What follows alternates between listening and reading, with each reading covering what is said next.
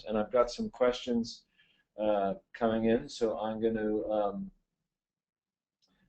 start to switch to that, and now Sandra, I'm going to put her on the spot here and just start quick firing some questions. So I want to go back to the advice you give other brands. Give me the top one or two. They're starting a program like this. They've got several hundred, maybe 1,000 advocates identified, and they want to engage them in their first program. What are the two or three things they should most consider and solve for? Scale.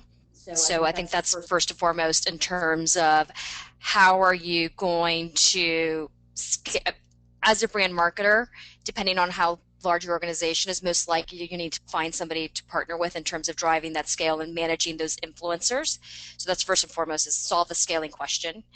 Two, I think it's working within the walls of your organization in terms of changing the dynamics of we do not control the message. Even when you work with influencers, there's a perception that you control the influencers and you control that message. And the reality is you engaged influencers to tell your story, and they know it better than you do. So in terms of just letting go control, I've been repeating myself, but I think that's really important. I think something that brand marketers are struggling with.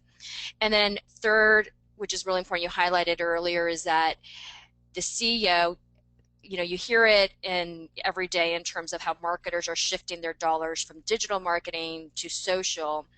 I think by the end of this year, the CEO, the CFO is going to be asking you, what is the ROI?